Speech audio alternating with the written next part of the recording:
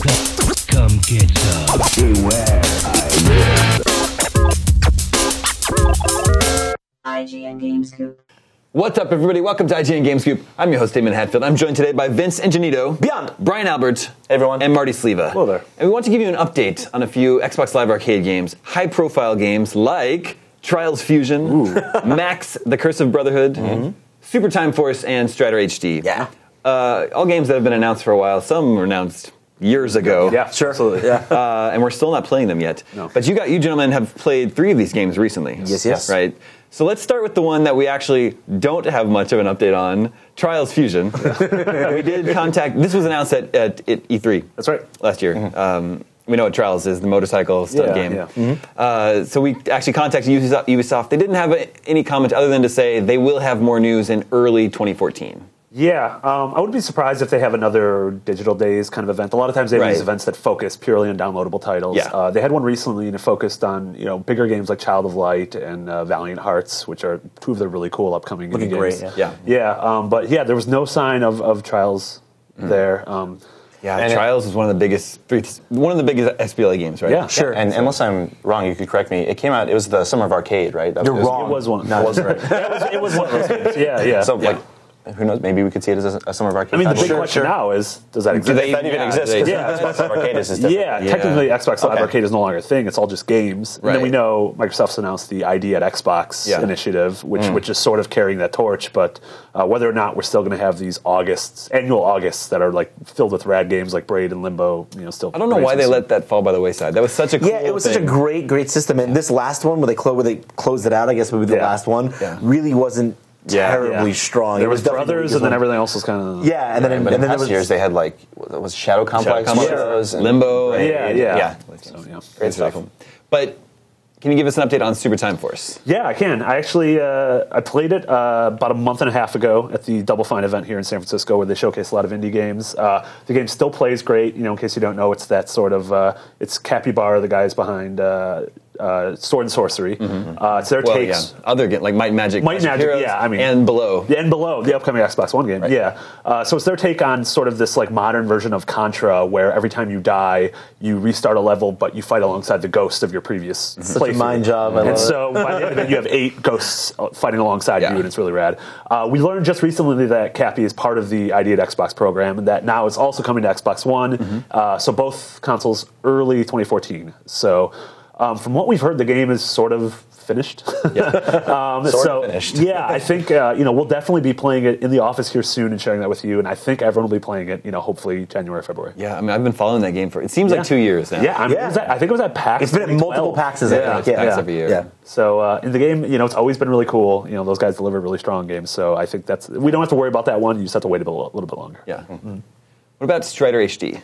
Strider HD is actually, I feel like, the least missing of most of these games. We did see it at TGS, so we and Marty wrote a piece on it there at TGS, and you loved how it felt and how fluid it was and the sense of inertia, and I definitely experienced the same thing when I played it. I think it's about 2 weeks ago. No, a week ago now. I had a shot at a newer vertical slice of it than you had played, and it's looking terrific. I think there's a lot more options in it than people really understand right now. This game is not on a lot of people's radar. Yeah. Actually, I don't think Capcom's really saying much. I think that's really the problem. It's not so much that it's missing in that we think it might not make it or that it hasn't been seen in a long time. It's more like it's just missing in terms of PR and in terms of support, right? The Capcom has not done a lot. Which is weird because Capcom doesn't really have a whole lot on its plate right now. We don't know what's going on with, Resident Evil. We don't know what's going on with Mega Man. I mean, they've got a new Street Fighter. Yeah, the Ultra Street Fighter 4 is coming. They're doing a big event to push, that in their fighting game initiative, which, and as well they should. It's big for them. Yeah. But I mean, Strider is legitimately a very large, I wouldn't say large, but he's a beloved, character for Capcom, and he's definitely one that the fans of the developer have had their eyes on. And I'm not even sure. Is this a remake or is it a new Strider game? It's a totally new Strider game, and what's nice about it, what I didn't think they conveyed too well from the initial trailers, and you and I talked about this a little bit, was that it's actually a Metroidvania. Like there's backtracking, and you're actually going to gain new abilities and be able to access new areas, which is a little more like the NES Strider. The NES game, which is the arcade original with just like a side-scrolling hack and slash game. And this has great combat, just like that did. In fact, I think the combat in this, and I played a lot of that old arcade game and the Genesis game, the combat is even better now. The number of options options that are available to you. You can switch between all these different cipher swords that have different effects. You can freeze guys and then use them as platforms. You use them as cover. You got a fire sword that slashes through shields and all these crazy special abilities and mobility options. Like, it's very fluid and feels very satisfying. Like, when you nail the combat, it's a lot more elements to it than the original arcade one. And that game's sort of coming to everything under the sun. Yeah. Aside from Wii U, I think it was announced for almost every right. So originally, gen. Why not just throw the Wii U I feel above? bad. That seems like a game like Wii U. I feel like Wii U gamers are very like nostalgic gamers. Yeah, they're like retro gamers. Yeah. And so I feel like it should be on there. I mean, the NES got the Nintendo platform got a Strider game way before the NES Sega platform did, so it would totally make sense. But I think it's we're going to be seeing more of that game in very early 2014. People here in the office will be playing it, I would say, and cool. and hopefully not too far after for everyone else. No release window yet? Early 2014 is what they're saying, and that's going to be, originally they announced it on Xbox 360 and PS3 and PC, and I just got my hands on the PS4 version, and there's going to be an Xbox One version as well. So it's going to be, I think, Strider for everyone. Yeah, Strider for everyone. And Brian, you recently got to play Max: The Curse of Brotherhood. Yes, yesterday I played it. Oh. Yeah. No matter when you watch this, it's yesterday. Yeah, all right. You're playing it every day. It's really cool. So it's not super difficult. It's not like a really reaction based. It's very charming. It has this nice story of like, Max and his brother's in his room messing his room up, and he's like, I wish I didn't have a brother anymore. And then his wish comes true, and they get sucked into this really terrible world. I think maybe by the end of it, maybe he'll learn to appreciate. The more you know. This game tells a good tale. Yeah. But the whole point of it is that you have this magic marker. You may have heard of Max and the Magic Marker. Yeah.